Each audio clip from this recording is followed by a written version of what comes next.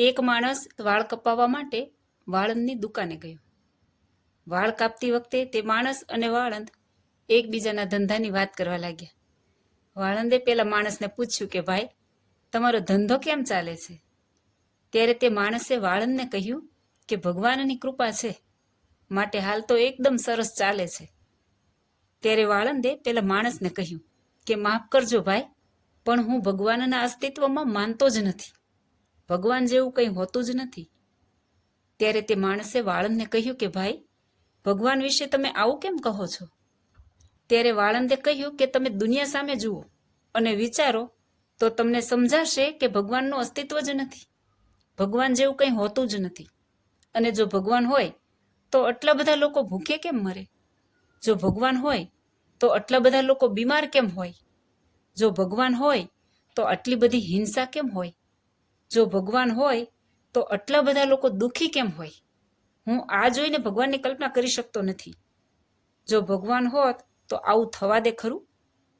વાળંદની વાત સાંભળીને પેલો માણસ વિચારવા લાગ્યો અને તેણે વાળંદને જવાબ આપવાનું વિચાર્યું.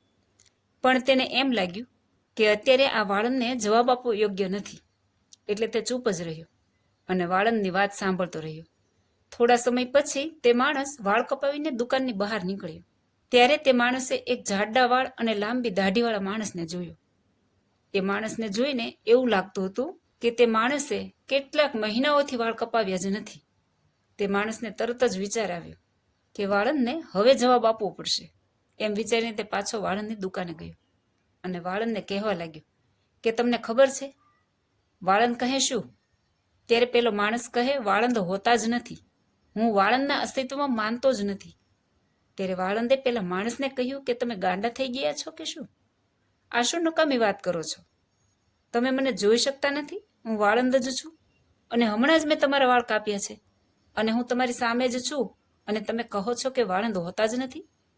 ત્યારે પેલા માણસે વાળંદને કહ્યું કે જો વાળંદ હોય તો બહાર જે પેલો જાડા વાળ અને લાંબી દાઢીવાળો માણસ છે તેના વાળ આટલા બધા વધ્યા ન હોત. જુઓ એ માણસના વાળ અને દાઢી કેટલા બધા લાંબા છે. ત્યારે વાળંદે પેલા માણસને કહ્યું કે ભાઈ, વાળંદ હોય છે, પણ આવા લોકો અમારી પાસે નથી આવતા. જો તે અમારી પાસે આવે તો અમે તેના વાળ કાપી નાખીએ. ત્યારે પેલા માણસે એ વાળંદને કહ્યું કે બસ આ જ વાત હું તમને સમજાવવા માંગતો હતો કે ભગવાન પણ હોય છે, પરંતુ લોકો તેમની પાસે નથી જતા અને ભગવાનને શોધવાની કોશિશ પણ કરતા નથી. એના કારણે જ આ દુનિયામાં માણસ દુઃખી છે. પોતામાં રહેલી ભૂલ અને ભગવાન માનો તો જ દેખાય. ભગવાન પણ હોય છે, પણ કેટલાક લોકો ભગવાનમાં વિશ્વાસ નથી કરતા, ભગવાનને માનતા જ નથી, તો ભગવાન તેમની મદદ કઈ રીતે કરે? વિશ્વાસ એ સત્ય છે. જે માણસ ભગવાનમાં માને તો તે દરેક ક્ષણે ભગવાનને અનુભવે છે, અને જો માણસ ભગવાનમાં ન માનતા હોય તો તેના માટે ભગવાન અસ્તિત્વમાં નથી. જય સ્વામિનારાયણ.